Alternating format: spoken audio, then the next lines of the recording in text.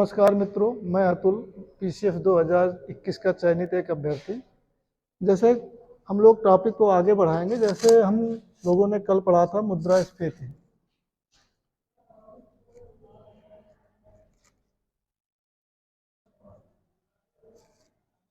मुद्रास्फीति के बारे में दोस्तों हमने 3 टॉपिक डिस्कस किए थे। क्या है, किन कारणों से होती है,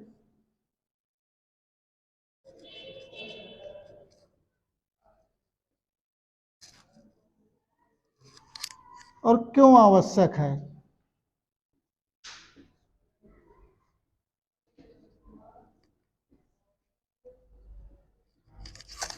क्या है के अंतर्गत हमने 3 परिभाषाएं देखी थी। एक परंपरागत अवधारणा थी, एक जो वित्तीय नियमन संस्था जैसे आरबीआई या भारत सरकार अपने बजट में कोई भी दस्तावेज निकालती है उसके अनुसार थी, एक थी कीन्स के अनुसार। परंपरागत अवधारणा यह थी कि जब एक सामान्य समय में वस्तुओं और सेवाओं की कीमतों में एक निश्चित स्तर से अधिक की वृद्धि हो जाती है। ध्यान देने वाली बात यह है कि यहाँ वस्तु और सेवा दोनों है, और एक निश्चित समय का मतलब हो सकता है ये आपका एक वित्तीय वर्ष में भी हो सकता है और मासिक आधार पर हो सकता है, 2 हो सकता है, ईयरली हो सकता है, मंथली भी हो सकता है। वहीं हमने कीन्स ने जो एक अवधारणा दी थी, बेहतर अवधारणा थी कि वास्तव में मुद्रास्फीति डिमांड और सप्लाई के बीच असंतुलन आने का परिणाम है। अर्थात कभी कभी डिमांड तो ज़्यादा होती है चीज़ों की, लेकिन सप्लाई उतनी नहीं हो पाती। इसके उदाहरण हमने दिया था कोविड-19 के समय। आपने देखा कि कोविड-19 के समय ना तो बाहर से आयात हो पा रहा था और ना ही एक स्टेट से दूसरे स्टेट में वस्तुएं आ पा रही थी। इससे क्या हुआ कि वस्तुओं की कमी पड़ गई। जब वस्तुओं की कमी पड़ गई तो डिमांड बढ़ गई, लेकिन सप्लाई बाधित हो गई। इससे कि मुद्रास्फीति अभी तक बनी हुई है और ये लगभग वर्तमान में 6.4 के आसपास है, और शायद इसको क्रमानुसार आज के न्यूज़पेपर के अनुसार क्रमानुसार कम करने का प्रयास आरबीआई कर रही है। एक अवधारणा हमने और पढ़ी थी इसमें,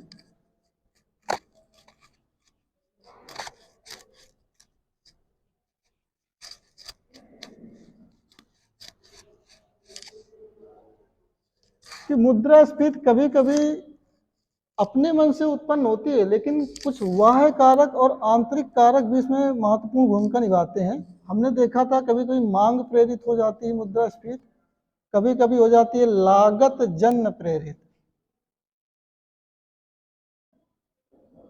मांग प्रेरित के अंतर्गत हमने पढ़ा था कि मांग कैसे बढ़ेगी। जैसे अब हमने समझाया था इसके अंतर्गत कि मांग बढ़ने के कई कारण होते हैं। मान लीजिए कि आपके पास आज जॉब नहीं है, कल जॉब लग गई, तो आपके पास मिनिमम 30,000 40,000 जो भी मिले तो आपके पास पैसा आने लगा, आप वस्तुओं खरीदेंगे। दूसरा होता है सरकार अगर करों में कमी कर दे। अभी आपको किसी चीज पर सर्विस टैक्स मान लो 2 रुपए देना पड़ता है, अगर सरकार वही 1 रुपए कर दे तो 1 रुपए आपकी जेब में बचेगा। अगर 1 रुपए आपकी जेब में बचेगा तो कभी कभी बचत 10 रुपए भी हो जाएगी, तो वस्तुओं को आप तेजी के साथ खरीदेंगे। लेकिन ये जो कर था ये था प्रत्यक्ष कर, प्रत्यक्ष करों में कमी की जाए, ना कि अप्रत्यक्ष करों में। यूपीएससी इस पर एक क्वेश्चन भी पिछली बार पूछा हुआ है। और इसमें 2 कारण हमने और समझे थे। एक कारण था कि राजकोषीय घाटा जब सामान्य से ज़्यादा बढ़ जाए और सरकार या इंफ्रास्ट्रक्चर पर तेजी के साथ खर्च करने लगे, जैसे शिक्षा पर है, स्वास्थ्य पर है, सड़क पर है। जब ये बनाएगी सरकार तो इसमें लोग काम करेंगे ना, लोगों को रोजगार मिलेगा, रोजगार के बल उनके पास पैसा आएगा, जो यही पैसा मार्केट में जाएगा। जब ये मार्केट में जाएगा तो मार्केट में तो वस्तुएं हैं, सेवाएं हैं, कई तरीके की हैं, कोई भी वस्तु या सेवा खरीद सकता है। यानी ये मार्केट में पैसा आया तो वही तो हमने कल पढ़ा था मुद्रास्फीति, यानी मुद्रा का इन्फ्लेशन, यानी मार्केट में मुद्रा का बढ़ना। यही परंपरागत अवधारणा थी इसकी।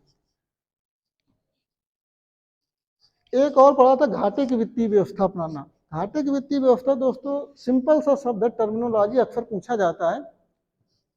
इसमें ये घाटे की वित्तीय व्यवस्था, अर्थात मान लीजिए कि सरकार का बजट 5 रुपए है, 10 रुपए का बजट है, लेकिन सरकार के पास 5 रुपए है मित्रों।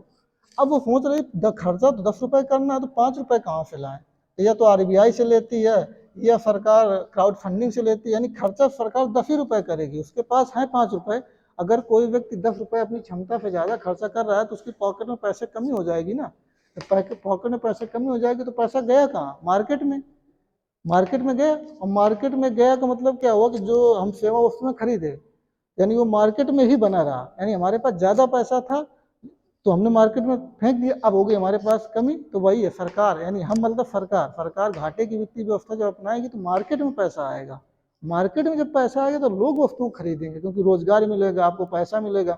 आपको पैसा मिलेगा तो आप कोल्ड ड्रिंक पियेंगे, पेन खरीदेंगे, बाइक लेंगे, तो मार्केट में ज्यादा पैसा बढ़ गया। वही है मुद्रास्फीति। एक कारण और हमने बताया था कि इसमें दूसरा जो था लागत जन्य। इसका सीधा सा मतलब समझिए आप कि लागत किसी चीज की बढ़ जाए। मान लीजिए कि मार्कर है, आज इसकी कीमत 10 रुपए है, ठीक है, कल यही बढ़कर अगर 20 रुपए हो जाए तो हमें 10 रुपए एक्स्ट्रा देने पड़ रहे हैं। 10 रुपए कौन दे रहा है? यानी या तो सरकार देगी मार्केट में पैसा, या तो हम देंगे। हम देंगे मतलब या तो डायरेक्ट टैक्स के माध्यम से देंगे, या तो इनडायरेक्ट यानी सर्विस टैक्स के माध्यम से देंगे। तो मार्केट में पैसा तो जाएगा ज्यादा। जब मार्केट में ज्यादा पैसा दोस्तों जाएगा तो ये इसकी कास्ट अपने आप बढ़ जाती है। दूसरा कारण कास्ट बढ़ने का होता है कि मान लीजिए कि पेट्रोल की कीमतों में, पेट्रोल और डीजल की कीमतों में वृद्धि हो गई तो भी तो प्रभाव पड़ेगा। बंदरगाह है, बंदरगाह से बंबई, बंबई से यूपी में लाने पर जो बीच बीच में चुंगी कर देना पड़ता है वो इस पे जुड़ता जाता है, अंततः यही बढ़ जाता है पेन का रेट, तो वो लागत जन्य हो जाती है। इसमें और कारण हमने पढ़े थे, जैसे मान लीजिए महामारी आ जाए कोई। महामारी सबसे बेहतर उदाहरण आप ही के समय का, हम लोगों के समय का जो जिंदा है, हम लोग देख रहे हैं, कोविड-19 है। कोविड-19 के समय क्या था कि सप्लाई चेन पूरी दुनिया में बंद है। वस्तुएं हमने आयात किया, वो आयात महंगा था, हमें पैसा ज्यादा देना पड़ा। जो चीज हम विदेशों से 10 रुपए की मंगाते थे वो कोविड के समय हमें 20 रुपए में मिल रही थी। 20 रुपए में मिल रही थी, यानी ये पैसा जो था 20 रुपए में, मान लीजिए कच्चा माल हमने मंगाया किसी चीज को बनाने के लिए, वो 20 रुपए का पड़ रहा था। जो सप्लायर होगा और जो प्रोडक्ट प्रोड्यूसर होगा वो अपनी जेब से तो देगा नहीं, वो कहीं ना कहीं उसको जोड़ेगा। जब जोड़ेगा तो कीमत उसकी बढ़ जाएगी, जब कीमत बढ़ जाएगी तो मार्केट में लोगों को ज्यादा पैसा फेंकना पड़ेगा। यही तो मुद्रास्फीति है। एक इंटरनली कारण होता है जो आपको याद रखना पड़ेगा हमेशा। ये इंटरनली कारण ये बताएगा कि आप दरअसल कितना अच्छे से सोच पाते हैं। आप पेपर अगर नहीं पढ़ते हैं तो ध्यान से पढ़िए उसको। उसमें लिखा रहता है कि मानसून इस बार अच्छा है तो रबी की फसल बहुत अच्छी होगी। इसका क्या मतलब है? पेपर की लाइन नहीं है दोस्तों। मानसून अगर अच्छा है इसका मतलब है उत्पादन क्या होगा? उत्पादन बढ़ेगा। अगर उत्पादन बढ़ेगा, मान लीजिए कि 4 के बदले 10 टमाटर हो रहे हैं तो वही क्या हुआ, 10 टमाटर की कीमत क्या होगी? अपने आप गिर जाएगी, यानी वो महंगाई थोड़ा कम हो जाएगी। लेकिन अगर मानसून बेकार हुआ, उत्पादन कम, और जब उत्पादन कम हो जाएगा तो महंगाई बढ़ जाएगी। वही है मुद्रास्फीति। आप पेपर में हर अर्थव्यवस्था का जो टॉपिक है, जो एक चैप्टर उसमें दैनिक जागरण में एक आता है, आप उसको ध्यान से पढ़िए। एक लाइन उसमें जो लिखा होता है वो ऐसे नहीं दिया रहता है। कल परसों के पेपर में एपीएमसी भी दिया था। एपीएमसी हो गया, पैक्स दिया था, प्राइमरी एग्रीकल्चर कमेटी, सोसाइटी का उदाहरण है। ये होता है एग्रीकल्चर प्रोड्यूस मार्केटिंग कमेटी अधिनियम।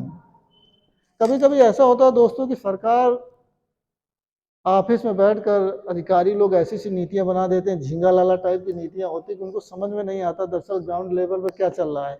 एपीएमसी यही कहता है। एपीएमसी कहता है कि किसान, ध्यान दीजिए, किसान जो है फार्मर, डायरेक्ट जो मंडी है, मंडी में डायरेक्ट नहीं बेच सकता है, उसको किसी के थ्रू बेचना पड़ेगा। मान लीजिए किसी को थ्रू बेचेगा तो बिचौलिया होगा, बिचौलिया अगर होगा तो वो अपनी लागत तो जोड़ लेगा।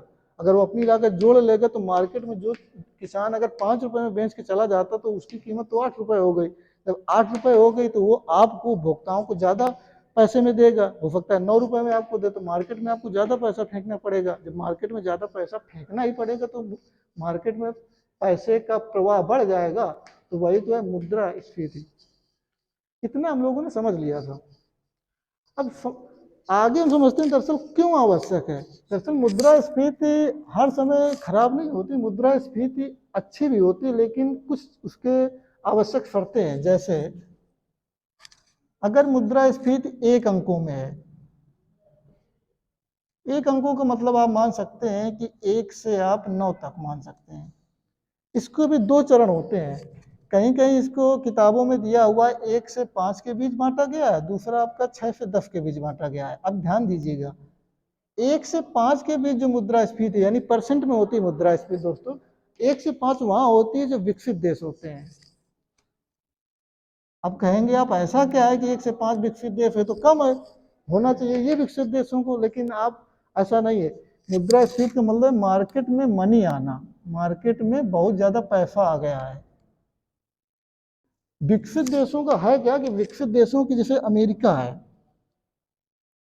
अमेरिका का इकोनॉमी बहुत ह्यूज है, बहुत बड़ी है। कोई ऐसा देश नहीं जहां अमेरिका की कंपनियां हावी ना हो। अगर अमेरिका 1% की वृद्धि करता है तो इंडिया का जितना ग्रोथ रेट होता है वो अमेरिका के 1% के बराबर होता है। तो अगर अमेरिका 2% की ग्रोथ रेट करेगा, यानी मुद्रास्फीति अगर वहाँ 2% भी है, अगर भारत में 6% उसके बराबर होती, क्योंकि उसका इकोनॉमी का आकार बहुत बड़ा है और वस्तुओं और सेवाओं का निर्यात उसको डाइवर्सी है। हर क्षेत्र में उसकी कंपनियां हैं, वस्तु सेवा हर क्षेत्र में वो आगे है। दूसरा होता है इसमें 6 से 10, लगभग ये विकासशील देशों की है। विकासशील देशों में ऐसा होता है, भारत में है, मैंने अभी बोला था आपका 6.4, वो इसीलिए बोला था, ये विकासशील देशों का है। अब पेपर आप जरा ध्यान से पढ़िएगा, वहां दरअसल इन टर्मिनोलॉजी का बहुत यूज होता है कि 6.4% हुआ, 4% हुआ, इसका क्या मतलब है। इसका मतलब यही होता है कि विकासशील देशों का 6 से 10% है। इसका है कि विकासशील देशों में इनकी अर्थव्यवस्था का आकार छोटा होता है, अर्थव्यवस्था का जो साइज है, अर्थव्यवस्था का जो आकार है दरअसल छोटा होता है। दूसरी चीज होती है, कुछ देश एक आध वस्तुओं का ही निर्यात करते हैं। अगर भारत में देख लीजिए तो आप पढ़ते ही होंगे पेपर में कि सेवाओं का ज़्यादा निर्यात करता है, वस्तुओं का ज़्यादातर आयात करता है, इसीलिए तो घाटे में रहता है। जैसे 90% तो उसका आयात घाटा तेल से ही होता है, यानी टोटल आयात का 90-80% मान के चलिए कीमत वो तेल पे अदा करता है, उसका घाटा है वो सेवाओं केवल निर्यात करता है। इसीलिए तो सरकार ने ध्यान देकर यूपी में 1 डिस्ट्रिक्ट 1 प्रोडक्ट लागू किया, आत्मनिर्भर भारत लागू किया केंद्र सरकार के द्वारा, इनको उत्पादन को बढ़ावा देने के लिए। अब ये पहला था, क्यों आवश्यक है कि मतलब पहला, ताकि अर्थव्यवस्था का आकार बढ़े, अर्थव्यवस्था का आकार बढ़ाने के लिए।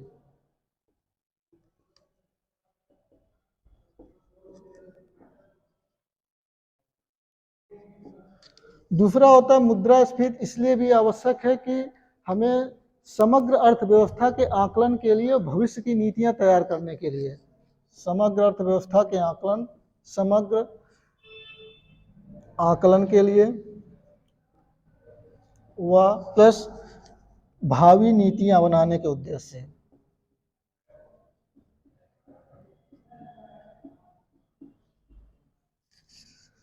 तीसरा होता है कि किसी विशेष क्षेत्र में, मान लीजिए हमने अर्थव्यवस्था का आकलन तो कर लिया कि 6.4% है, लगभग हर क्षेत्र सही है, लेकिन ये सही आकलन तो नहीं हुआ, हो सकता है कोई सेक्टर निगेटिव में जा रहा हो। जैसे मान लीजिए कोर सेक्टर है, 8 कोर सेक्टर हैं, मैं आगे पढ़ाऊंगा ये सब चीज़ों को, अभी केवल शॉर्ट में बता रहा हूँ। 8 कोर सेक्टर है, इसमें अगर देखा जाए जो उर्वरक है और रिफाइनरी, ये तो निगेटिव में चले गए, फिर ये 6.5% कहाँ से आ गए, यानी जो और सेक्टर है उन्होंने 11-12% की ग्रोथ रेट की, तभी तो निगेटिव को पॉजिटिव हो के 6.54% आया है।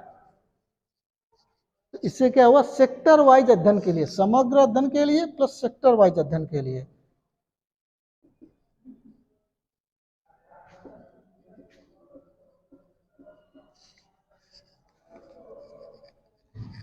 तीन कारण है, अर्थव्यवस्था का आकार बढ़ाने के लिए, समग्र आकलन के लिए, प्लस भावी नीतियां बनाने के लिए, दूसरा सेक्टर वाइज अध्ययन के लिए। इसी में एक कारण और है, निर्यात, निर्यात को बढ़ावा देने के लिए, निर्यात को बढ़ावा देने के लिए। आप शॉर्ट में लिखते जाइए, ये सब डायरेक्शन अपने हिसाब से है, बढ़ावा देने के लिए, अगर नीचे होता तो कम करने के लिए था। पांचवा है राष्ट्रीय आय और पर कैपिटा इनकम में वृद्धि के लिए, national income plus per capita income PCI, ये सब आगे बढ़ाया जाएगा टर्मिनोलॉजी में, वृद्धि करने के उद्देश्य से। ये मेजर कारण यही है।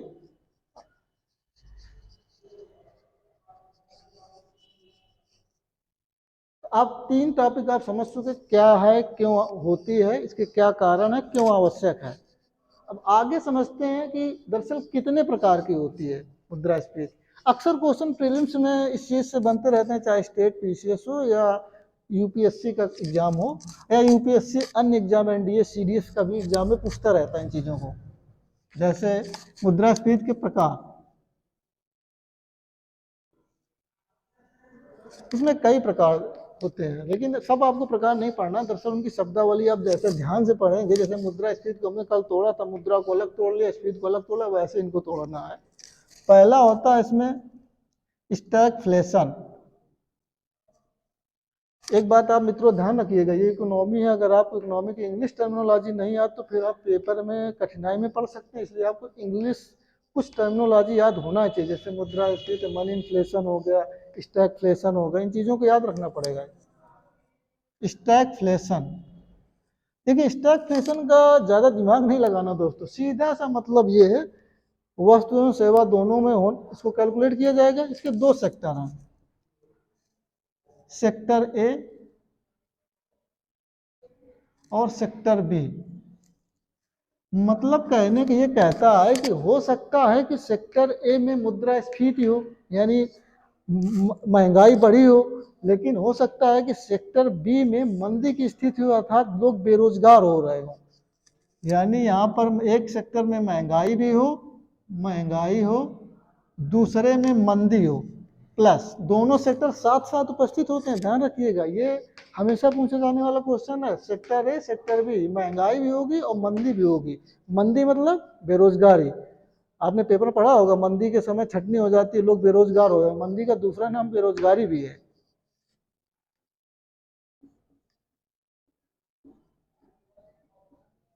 वही स्टैगफ्लेशन मतलब दो चीजें, सेक्टर है, दो क्षेत्रों में, अर्थात महंगाई भी हो, किसी क्षेत्र में महंगाई हो सकती है और किसी दूसरे क्षेत्र में मंदी भी हो सकती है, अर्थात बेरोजगारी भी हो सकती है। ये होता है स्टैगफ्लेशन। दूसरा होता है इसी से जुड़ा हुआ, ध्यान रखिएगा, स्क्यूफ्लेशन।